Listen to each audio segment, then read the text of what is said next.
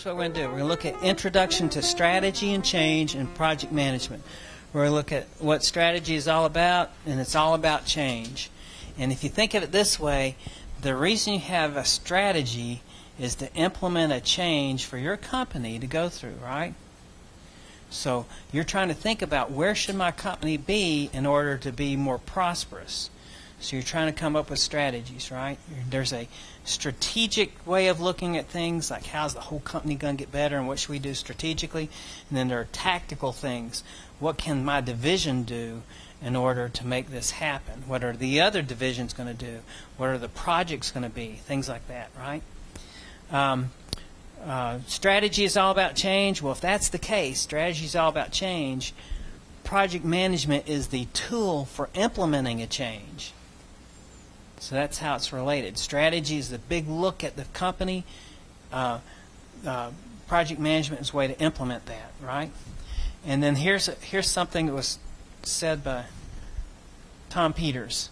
The whole discipline and art of project management is going to be the essence of management training and operational excellence and value added. That's Tom Peters said that. And so that is going to be the #1 way to get things done in the future. And now here's S-curves. S-curves are technology curves. In the past, our S-curves, our technology changed slow. That may represent 100 years. And a 100-year change or a 2,000-year change. Think of a 2,000-year product. Buggy whips. I mean, buggy whips were 2,000 years ago they had buggy whips. Well, they still have buggy whips. Chances are the buggy whip doesn't look a whole lot different, right? So that's used to be our norm. But now think of a cell phone. From the time it's developed to the time that people use it to the time they get rid of it, how long is that period of time? 6 months, year, 2 years? It all depends how complicated the cell phone. That one's probably a 5-year phone. You know, but when you look at others, it's maybe 6 months. They're changing them so fast, right? And that's what we have to deal with. And when you change something real fast, we're talking about projects, right? So manufacturing and design and development is a project. Now, if we're talking about buggy whips, that's not that big a project. But we talk about designing a new cell phone, that may be a bigger project. Okay, or designing a new software package. Okay, now here's a statement. Things will get worse before they get better. Now this is part of, everybody heard of Murphy's Laws, right? So Murphy's Law is whatever can be done, whatever can go wrong will go wrong. And Murphy's Law, there's actually a guy, I think his name was probably Murphy. Could be. But it was during the space shots, where they're sending people to the moon, and they're trying to test how much G-force a person could handle. So they had these rocket sleds. You ever seen pictures of old rocket sleds or something? They had this rail with a rocket on it, and a person sitting in a sled, and they're testing how much G-force. Well, I think the first guy was probably named Murphy. Actually, I have the whole story, and I know the name, and I know the time, date, and everything else. I just don't have it off the top of my head. And he found out, the engineer that put this together, he's probably the engineer too, he found out that at the end of his rocket sled run, first time this ever been done, right? First net, that something like 14 parts were put in backwards.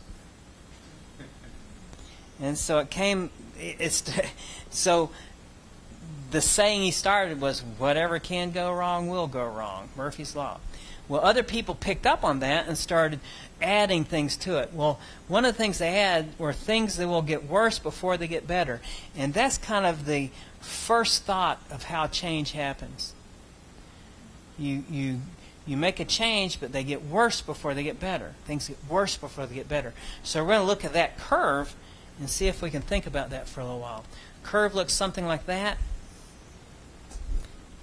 And what we're going to do is we're going to talk about that curve for a second.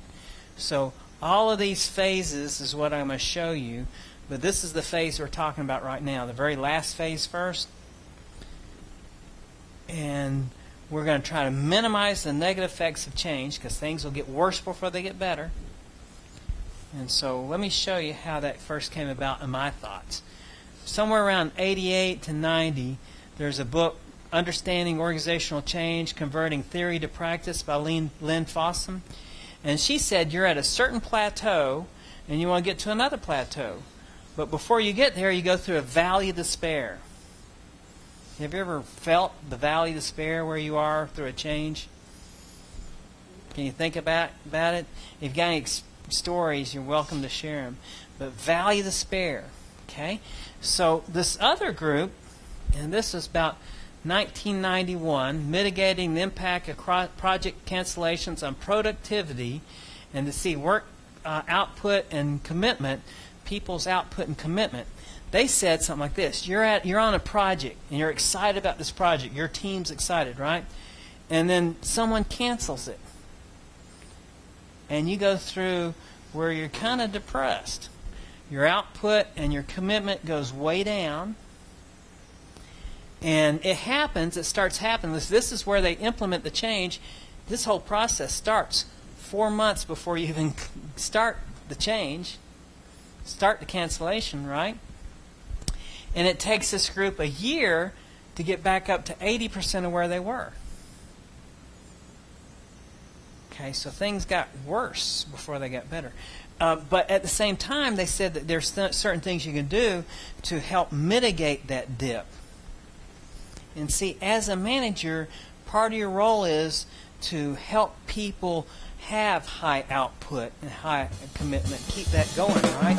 So people is the biggest part of what you do.